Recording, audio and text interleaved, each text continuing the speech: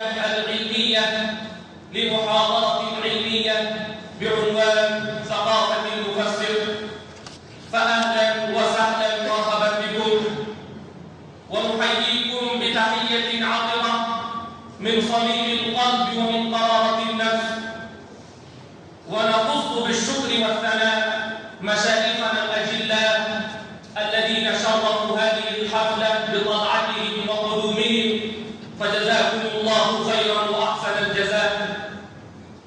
أيها الحفل الكريم، لقد اجتمعنا اليوم على مائدة القرآن ننهل من عينه الصافي ونتذاكر ثقافة المفسر، تلك الثقافة التي يفقه بها العالم أسرار التنزيل ويبصر المفسر آفاق البيان الإلهي بعيون الفهم والبصيرة.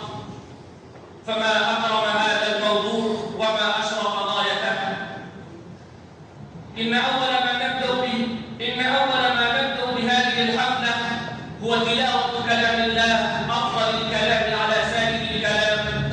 قال عليه الصلاة والسلام: كل أمر ذي بال لم يبدأ بحمد الله فهو مقطع.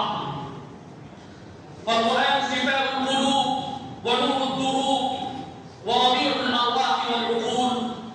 فندعو الأخ محمد